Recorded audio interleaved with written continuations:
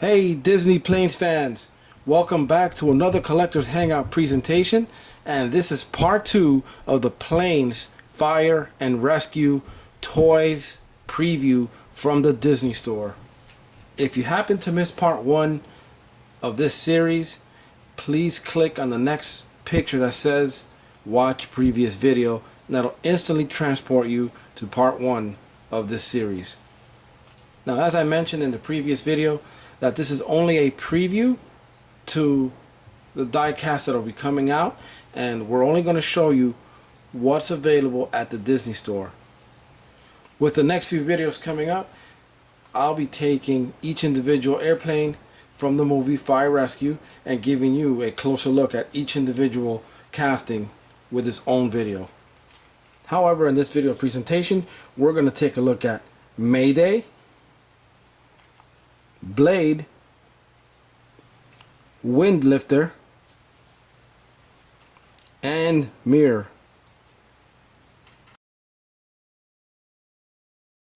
So the first casting that we want to take a look at is Mayday. Let's take off the clear top and see what he looks like. So let's take a peek at Mayday, and let's remove the lid and see what he looks like.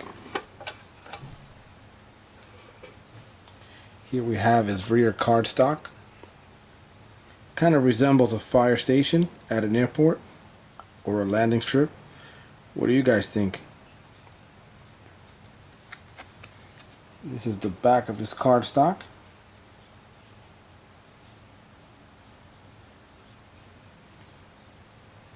And here we have Mayday out in the open. And let's see what he looks like up close. I gotta say, I like this casting. It's very, very detailed. You can see all the different fire engine connections there for the hosings. Hoses in the back, water tank. He's kind of grimy looking, like he's been through a lot. And here it says Prop Wash Junction Fire Crash Rescue. So that obviously tells you a little bit about his character, and he's more involved in the rescuing of airplanes that are damaged. This little fire hose thing here,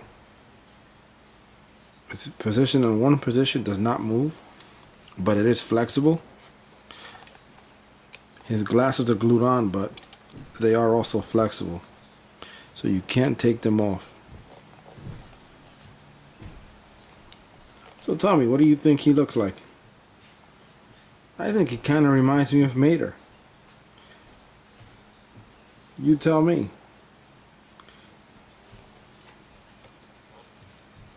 And this is Mayday.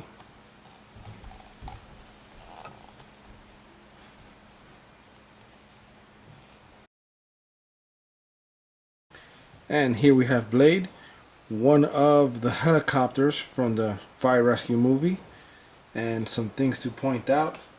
Looking at him straight out, you'll see here Piston Peak.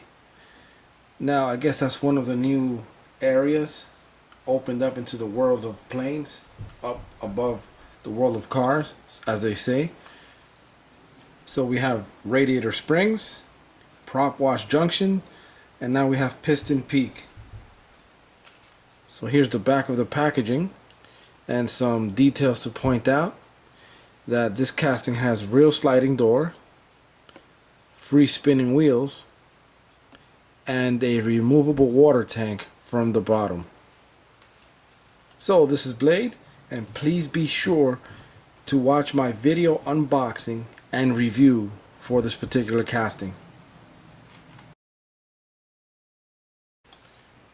And here we have Windlifter, and I must say that he's very large in size, a little bit bigger than Blade.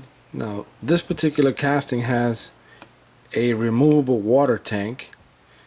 You can't fill it up with water. I guess it's just removable for the sake of playing with it or displaying it without the tank. And it also shows here free spinning wheels. And here we have some of the features for Windlifter. One in particular is a removable water tank, and another here free spinning wheels. Although not mentioned, the blades on top are movable, they do spin. So this is Windlifter, and again we'll have a separate presentation for this particular casting, so please be on the lookout for that.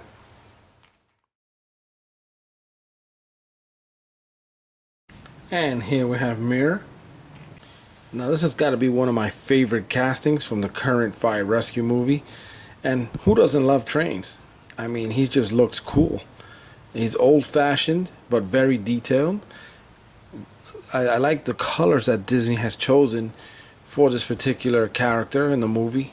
The reds, the blacks, the dark grays, mixed with all the different gold trimming, which is actually brass. It just looks very rustic, yet very modern at the same time, or I should say restored. But it's a cool looking casting. Now, the only feature that this particular character has are working drive wheels. And the wheels not only spin, but they also move the gears, just as a real train would, which is pretty cool and adds some realism to this particular character casting. So this is Muir, and please be sure to check out his video unboxing and review. I can't wait to see how these individual characters will be integrated into the movie. Who's going to be the grumpy one, who's going to be the funny one, and how their roles will develop throughout the movie for the outcome at the end. It's going to be so interesting to see that.